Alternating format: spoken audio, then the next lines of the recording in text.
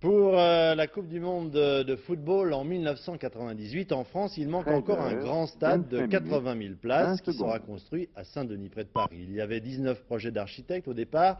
Depuis hier, il n'en reste plus que 2 et un certain nombre d'éliminés estiment que tout cela ne se passe pas dans la plus grande clarté. Le choix définitif aura lieu à l'automne. Reportage Jean Pézieux, Frédéric Pascal. Jean Nouvel, l'architecte français le plus connu. Il est notamment l'un des concepteurs de l'Institut du monde arabe. C'est son projet que le jury a classé en tête. Un stade rectangulaire et novateur, paraît-il, mais que le jury interdit de montrer. Même secret pour le projet de Macquarie Zoublena. On voit ici Michel Macquarie en compagnie de Yeo Ming Pei dans l'aile Richelieu du Grand Louvre, dont ils sont les co-auteurs. Le grand stade version Macquarie serait lui de forme elliptique. Le grand stade sera implanté ici, sur un site délaissé, d'environ 30 hectares, coincé entre l'autoroute A1 et le canal Saint-Denis.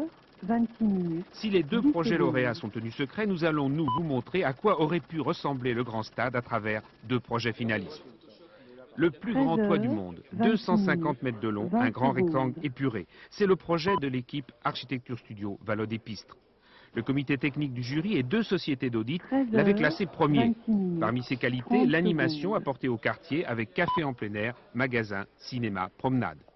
Aujourd'hui, vous êtes battu, vous êtes déçu, mais vous considérez que le concours aura été quand même loyal.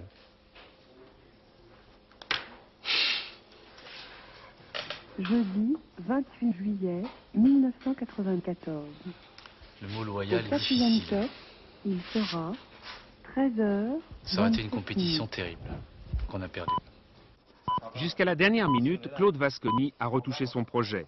Lui aussi critique ce concours où sur 19 partants, au départ, un groupe, Bouygues, en a présenté 10, dont un sous le couvert d'une filiale. Ça m'a toujours un peu étonné de voir que lorsque des entreprises font alliance en perspective d'un concours, dénoncent parallèlement l'alliance en faisant courir certaines de leurs filiales. Moi, je trouve ça contre nature. Je n'ai pas compris. Parce que moi, quand je fais alliance avec quelqu'un, c'est pas pour parallèlement lui faire concurrence. Avec la probité du concours mise en doute, la polémique est née. La tâche du ministre des Sports et du gouvernement sera de la faire taire, mais surtout de choisir le projet lauréat. Il faut faire vite, il reste moins de 4 ans avant le début de la Coupe du monde de football. En attendant de jouer à